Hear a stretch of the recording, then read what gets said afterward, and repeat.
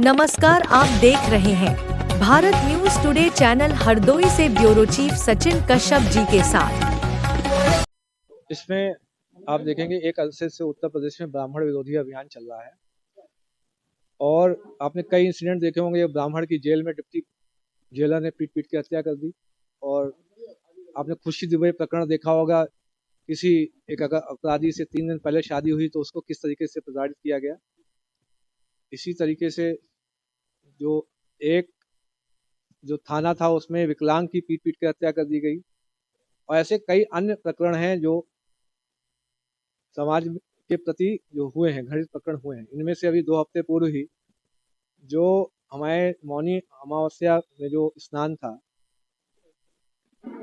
उसमें जो ज्योतिर्मठ पीठ के जो शंकराचार्य जी हैं, श्री अवि मुक्तेश्वरानंद जी महाराज, उनके शिष्यों के साथ, खासकर बूढ़े जो सन्यासियों के साथ तो इतनी पिटाई की गई, लात और जूतों से घूसों से मारा गया। एवं बटुक जो ब्राह्मण थे उनकी चोटी घसीट के, आपने वीडियो देखे होंगे किस तरीके से घसीट घसीट के जमीन पर उनको पीटा गया। चोटी और जो ये शिखा है, ये ब्राह्मण समाज का जो सांस्कृतिक प्रतीक है, उनकी आस्था का प्रतीक है। क्या आप ऐसा किसी अन्य धर्म या जाति के साथ आप कर सकते हैं? उनकी जो मान मर्यादा का हनन किया जाए।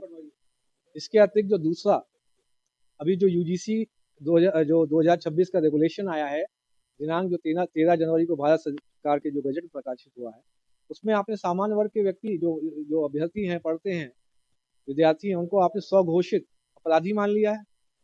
आपका बेटा सामान्य वर्ग का यदि पढ़ने लिखने में अच्छा है तो कोई भी ईर्ष्या से एक आरोप लगा देगा, भेदभाव कर रहे हैं, समता समिति उसका शोषण कर लेगी।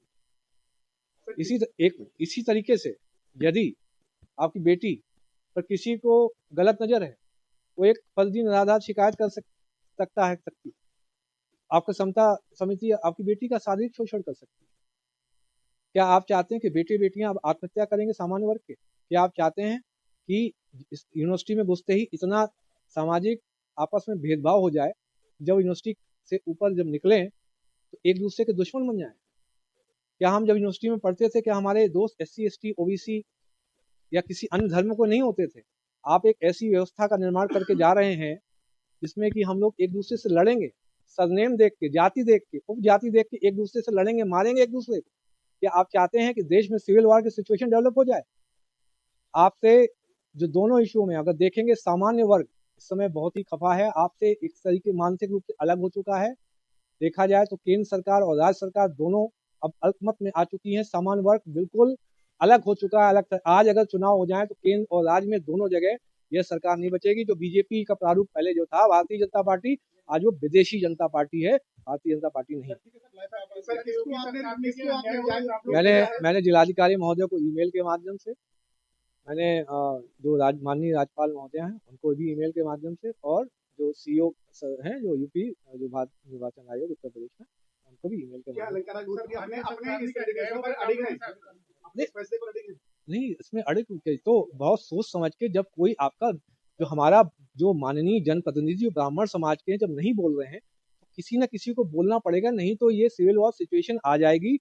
बेटे बेटियों का रेप होगा, विद्यालयों में विश्वविद्यालयों में शोषण होगा, और तब भी ये जो कॉर्पोरेट कंपनी के एम्प्लॉय जो हमारे ब्राह्मण समाज के माननीय सांसद, माननीय MLA हैं, कुछ नहीं बोलेंगे, क्योंकि उनको हाईकमान से, जो CEO साहब से कोई भी आदेश नहीं मिलेगा। सर, आपके इस्तीफा के लिए राजनीतिक तौर पर देखा जाने लगा है। आपका विषय है, ये समाज के जो माननीय जनप्रतिनिधि हैं उनको अब डिसाइड करना है। मेरा तो ये आह्वान है कि आप केंद्र सरकार तुरंत इस UGC रेगुलेशन को वापस ले, और जो उत्तर प्रदेश में जो ब्राह्मण विरोधी अभियान चल रहा है वो उसको भी तुरंत सरकार वापस ले, रोके, और माननीय जनप्रतिनिधि जितने ब्राह्मण समाज के तुरंत अपने अपनी जगह से इस्तीफा देकर समाज के साथ आए। सबसे पहला तो मुझे सभी से, माननीय अपने ब्राह्मण जनप्रतिनिधियों, MP MLA से निवेदन है, और जो भी बूथ लेवल या इधर उधर जो कार्यकर्ता है, मेरा उनसे भी अनुरोध है, अब आप इस्तीफा देके अलग हो जाइए।